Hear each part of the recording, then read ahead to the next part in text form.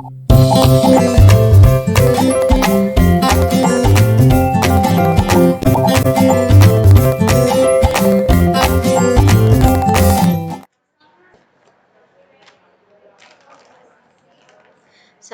warahmatullahi wabarakatuh. Baik, ketemu lagi kita dalam pembelajaran PPKN kelas 10 semester 1. Ya.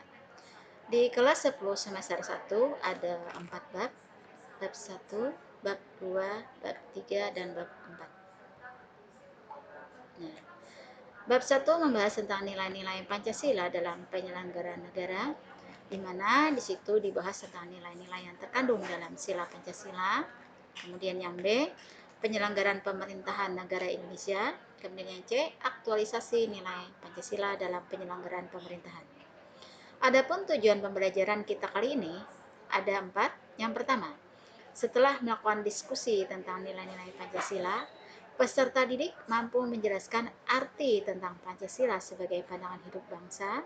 Kemudian yang kedua, melalui kegiatan mencari contoh kasus-kasus tentang pembagian kekuasaan, peserta didik mampu menunjukkan contoh pembagian kekuasaan dalam pemerintahan Indonesia dengan benar.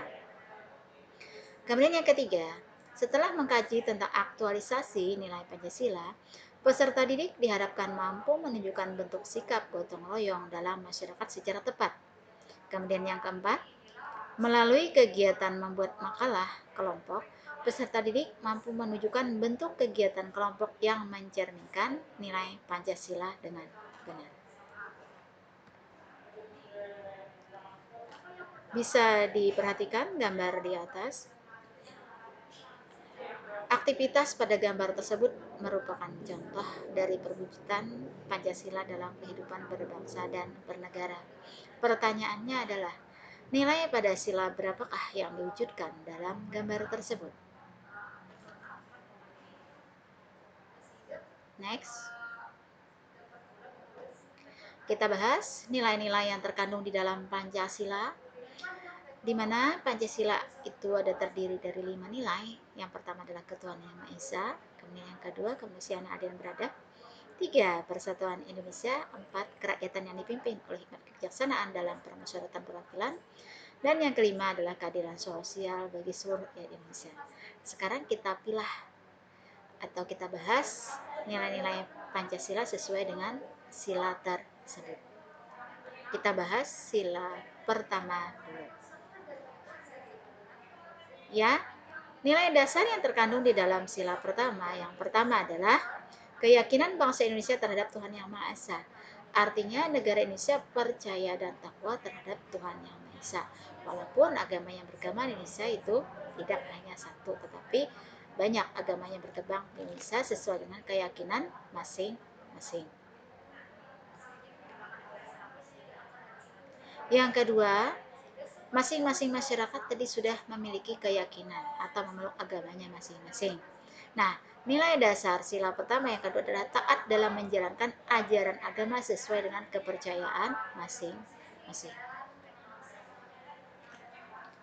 Yang ketiga, mengakui serta memberi kebebasan beragama dalam beribadah sesuai ajaran agama kepada orang lain.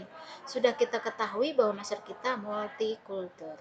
Kemudian negara kita beraneka ragam, yang memiliki semboyan Bhinneka Tunggal Ika, berbeda-beda tetapi satu. Nah, salah satunya adalah banyaknya perbedaan agama yang berkembang di Indonesia. Nah, jadi nilai Pancasila sila pertama, yang poin ketiga ini adalah dengan beragamnya agama yang berkembang di Indonesia, tugas kita adalah mengakui serta memberikan keleluasaan atau kebebasan beragama serta beribadah kepada orang lain sesuai dengan agama dan kepercayaannya masing-masing. Poin yang keempat, nilai dasar dalam sila pertama adalah tidak memaksakan suatu agama kepada orang lain.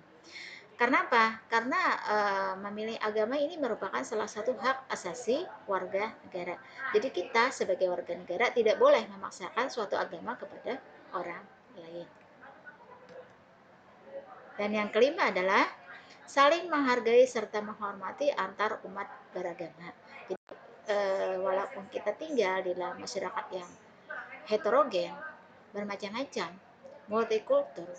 Jadi kita untuk mewujudkan persatuan dan kesatuan, yang perlu ditekankan di sini adalah upaya untuk saling menghargai serta menghormati antar umat beragama. Jadi untuk nilai dasar sila pertama kita bahas sudah, kemudian kita next lanjut ke nilai dasar dalam sila ke nilai-nilai dasar dalam sila kedua. Yang pertama adalah kesadaran berperilaku sesuai dengan nilai moral dan hati nurani. Artinya kita sebagai warga negara yang baik sadar betul perilaku yang kita lakukan di dalam kehidupan sehari-hari apakah sudah sesuai dengan nilai-nilai moral serta hati nurani kita sebagai manusia. Jadi intinya kita melakukan beraktivitas atau melakukan komunikasi, sosialisasi itu harus menyesuaikan dengan nilai-nilai moral, nilai-nilai dan norma-norma yang berlaku di dalam masyarakat. Yang mana nilai-nilai dan norma yang berlaku di dalam masyarakat itu ada norma agama, kemudian norma kesopanan, ada norma kesusilaan, ada norma hukum, dan ada norma sosial. Nah, kelima norma tersebut itu harus kita junjung tinggi dalam melakukan aktivitas atau berperilaku ataupun bersosialisasi dan berkomunikasi di dalam lingkungan masyarakat. Adapun nilai dasar sila kedua yang kedua adalah adanya pengakuan dan penghormatan terhadap hak asasi manusia. Jadi hak asasi manusia yang melekat pada diri masing-masing individu itu perlu adanya pengakuan serta penghormatan dari segenap lapisan masyarakat. Kemudian yang ketiga adalah mengembangkan sikap saling mencintai atas dasar kemanusiaan. Jadi kita tinggal di tengah-tengah masyarakat yang heterogen atau bermacam-macam, baik suku, agama, ras, antar golongan. Untuk menciptakan persatuan kesatuan yang perlu dikembangkan adalah sikap saling mencintai atas dasar kemanusiaan. Yang mana akhirnya dengan cinta kita terhadap masyarakat lainnya atas dasar kemanusiaan akan menumbuhkan sikap toleransi, saling menghargai, saling menghormati, saling tolong menolong. Kemudian nilai dasar sila kedua yang keempat adalah mewujudkan kehidupan yang berkeadilan dan berkeadaban. Jadi kita tinggal di dalam lingkungan masyarakat itu harus adil. Selain adil kepada diri sendiri, kita juga adil terhadap orang-orang yang berada di sekeliling kita. Kemudian yang selanjutnya adalah upaya untuk memunculkan sikap tenggang rasa dalam hubungan sosial. Jadi tenggang rasa atau tepa salira ataupun sikap memahami dengan situasi kondisi lingkungan masyarakat di mana kita tinggal. Seperti peribahasa di mana bumi bijak, di situ langit dijunjung. Jadi sikap tenggang rasa kita ini akan memberikan kontribusi yang positif untuk keharmonisan dalam melakukan hubungan sosial ataupun hubungan berinteraksi, berkomunikasi, dan bersosialisasi di dalam lingkungan masyarakat. Kita lanjut ke nilai dasar dalam sila ketiga Pancasila. Yang pertama adalah menghormati perbedaan dalam masyarakat. Sudah kita bahas tadi di nilai dasar sila yang kedua bahwa negara kita adalah negara yang heterogen. Negara dengan masyarakat yang beraneka ragam, baik suku, agama, budaya. Jadi hal terpenting yang harus kita kembangkan adalah sikap solidaritas, saling menghormati, tenggang rasa dalam kondisi masyarakat yang beraneka ragam tersebut, atau berusaha selalu menghormati perbedaan yang ada di dalam masyarakat. Kemudian yang kedua, nilai dasar dalam sila ketiga yang kedua adalah menjalin kerjasama atau bergotong royong. Jadi ini merupakan salah satu contoh untuk menjalin persatuan dan kesatuan bangsa. Menjalin kerjasama atau sikap gotong royong antar anggota masyarakat. Misal ketika ada kegiatan dalam lingkungan masyarakat, misal kegiatan keagamaan ataupun kegiatan sosial, bakti sosial, ataupun dalam kegiatan-kegiatan lain yang berhubungan dalam masyarakat, itu kerjasama sangat diperlukan di dalam lingkungan masyarakat. Hal ini juga merupakan perekat dalam melakukan aktivitas ataupun kegiatan yang ada di dalam lingkungan masyarakat. Yang ketiga adalah kebulatan tekad dalam mewujudkan persatuan dan kesatuan. Nah, di masyarakat kita kan tadi sudah kita ketahui bahwa di masyarakat beraneka ragam, baik suku, agama, ras, antar golongan. Dengan kondisi masyarakat yang heterogen tersebut, untuk menciptakan masyarakat yang bersatu itu perlu adanya tekad yang kuat untuk sama-sama mewujudkan persatuan dan kesatuan di dalam masyarakat. Supaya apa? Supaya masyarakat tidak terpecah belah atau tidak terjadi disintegrasi bangsa. Yang keempat, mengutamakan kepentingan bangsa di atas kepentingan pribadi. Jadi kepentingan bersama di atas kepentingan pribadi atau golongan. Jadi kepentingan bersama itu di atas daripada kepentingan pribadi dan golongan. Jadi kita lebih mementingkan kepentingan bersama di atas kepentingan pribadi dan golongan. Kemudian yang keempat, cinta dan bangga pada bangsa dan kebudayaan Indonesia. Sudah seharusnya kita sebagai putra-putri Indonesia yang lahir di Indonesia, dibesarkan di Indonesia, sekolah, bekerja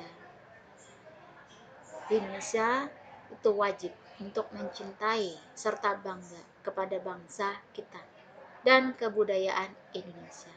Supaya apa? Supaya menimbulkan semangat patriotisme dan nasionalisme.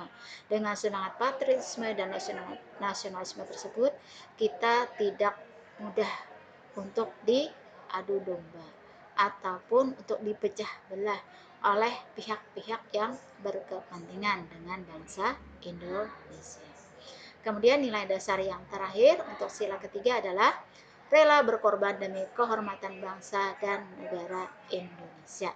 Jadi dengan adanya sikap nasionalisme dan patriotisme tersebut sehingga memunculkan sikap rela berkorban untuk kehormatan bangsa dan negara Indonesia. Baik, kita lanjut. Nilai dasar yang keempat dalam sila yang keempat, kerakyatan yang dipimpin oleh kebijaksanaan dalam permusyawaratan perwakilan. Nilai dasar yang pertama adalah rakyat Indonesia memegang kedaulatan utama. Jadi pemerintahan kita dari, oleh, dan untuk rakyat. Jadi semuanya adalah untuk kepentingan rakyat. Jadi yang menjadi dari, oleh, dan untuk rakyat, pemerintah kita dipilih dari rakyat, ya kan? Kemudian juga dipilih oleh rakyat, dan ketika mereka menjabat menjadi pemerintah di situ melakukan segala sesuatunya adalah untuk kepentingan masyarakat. Jadi artinya rakyat Indonesia pemegang kedaulatan di dalam negara kita. Yang kedua, adanya demokrasi dalam politik, ekonomi, dan sosial.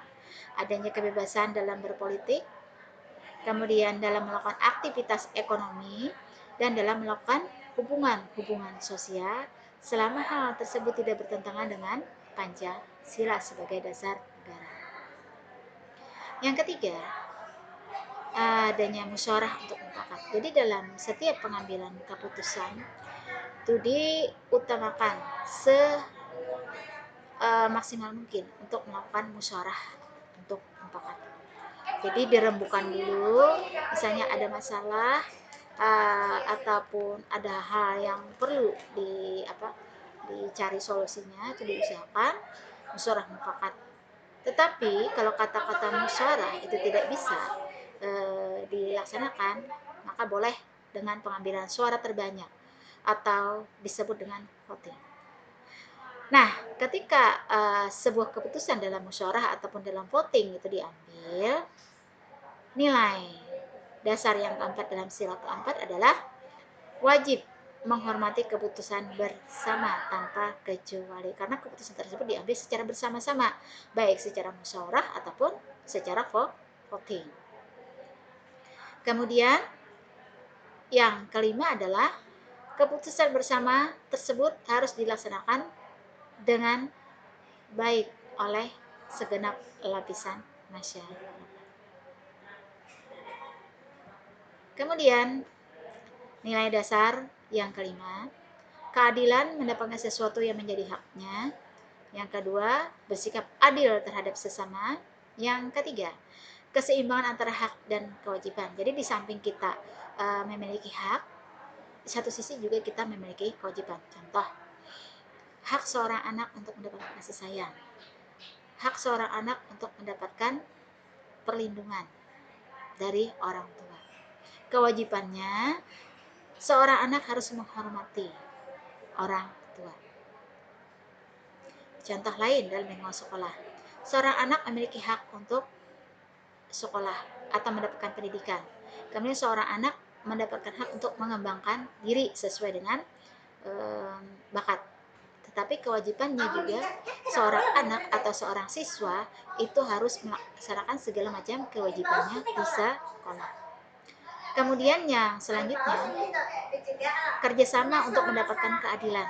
Jadi untuk mendapatkan keadilan kita juga harus bekerja sama dengan baik. Kemudian bersikap dermawan, hemat, sederhana, dan bekerja keras. Jadi sikap dermawan ini adalah sikap peduli terhadap orang lain. Kemudian sikap hemat artinya tidak boros, sederhana artinya tidak menunjukkan segala macam kelebihan yang kita miliki walaupun sebenarnya kita mampu. Dan itu juga untuk meminimalisir segala macam tindak kejahatan. Kemudian bekerja keras. Jadi kita memiliki etos kerja yang keras. Ini sesuai dengan semangat sila ke-5. Dan yang terakhir adalah menghargai hasil karya orang lain. Jadi ketika misalnya dalam pelajaran KWU di sekolah, masing-masing siswa misalnya diminta untuk membuat pot bunga atau misalnya membuat rajutan tangan, misal, atau membuat taplak meja, misal. Nah, masing-masing hasil itu pasti berbeda sesuai dengan kemampuan serta bakat yang dimiliki oleh siswa. Ketika kita mendapati hasil karya orang lain itu tidak lebih baik dari yang kita punya, yang harus dilakukan adalah menghargai, tetap harus menghargai hasil karya orang lain tersebut. Oke, kemudian kita lanjut. Nah, yang B adalah penyelenggaraan pemerintahan Indonesia, di mana dalam penyelenggaraan pemerintah Indonesia ini terbagi dua. Yang pertama pembagian kekuasaan, yang kedua adalah pembagian kekuasaan dalam pemerintahan Indonesia. Next. Nah, bisa dilihat di layar bahwa pembagian kekuasaan itu ada beberapa pendapat para ahli. Yang pertama oleh John Locke, bahwa pembagian kekuasaan menjadi kekuasaan legislatif, eksekutif, dan federatif. Sedangkan menurut Montesquieu, membagi kekuasaan menjadi kekuasaan legislatif, eksekutif, dan yudikatif.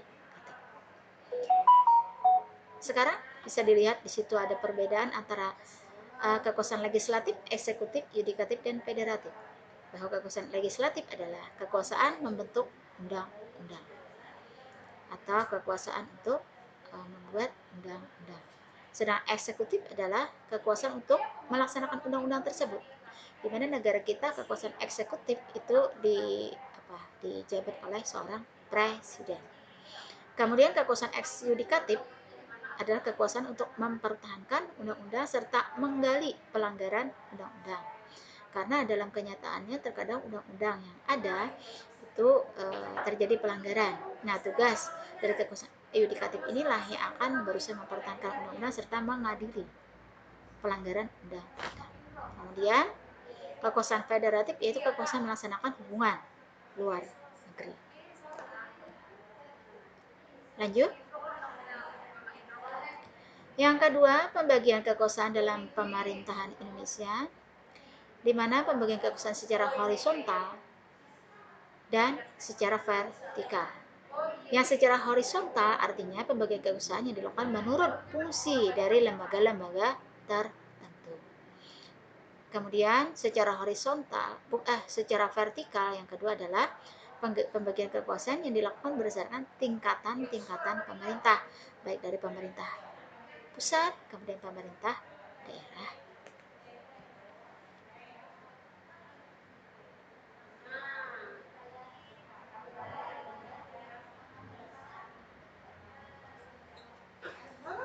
Nah, kekuasaan vertikal dan horizontal. Sekarang kita lihat vertikal dulu.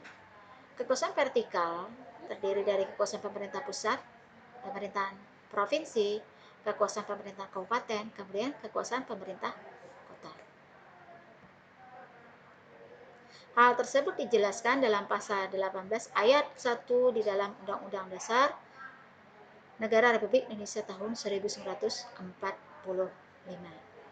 Sekarang kekuasaan horizontal, yang pertama kekuasaan konstitutif, kekuasaan eksekutif, kekuasaan legislatif, kekuasaan yudikatif, kekuasaan eksaminatif, kekuasaan moneter atau keuangan.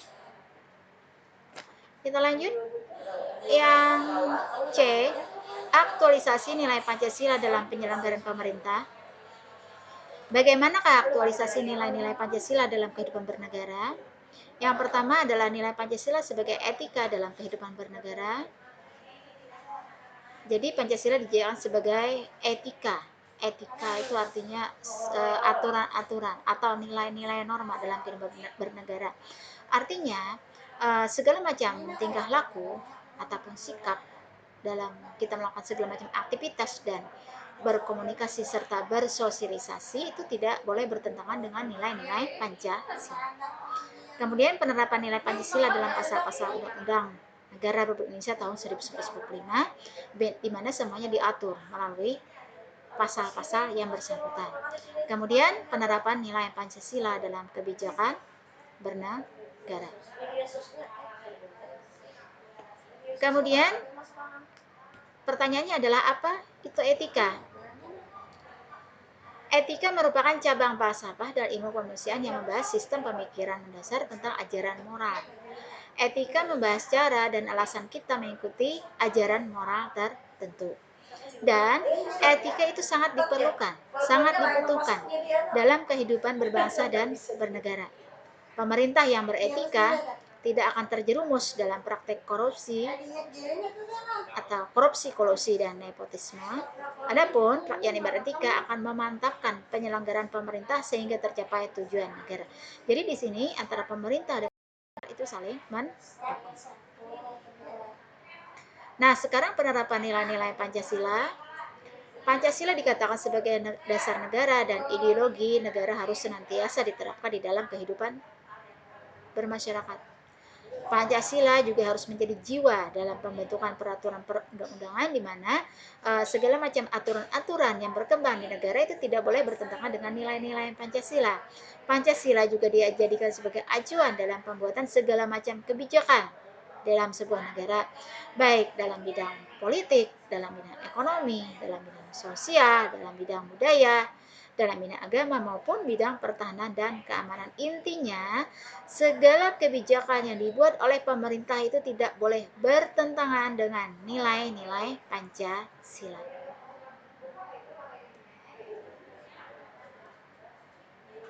Oke, pembelajaran kita cukupkan sampai di sini. Mudah-mudahan apa yang kita jelaskan di sini bermanfaat dan bisa memberikan motivasi bagi kalian dalam belajar PPKN. Mudah-mudahan pembelajaran kita memiliki nilai dan bermakna ibadah. Sampai di sini, salah hilap mohon maaf. Wabillahi taufiq wal hidayah. Wassalamualaikum warahmatullahi wabarakatuh. Sampai jumpa.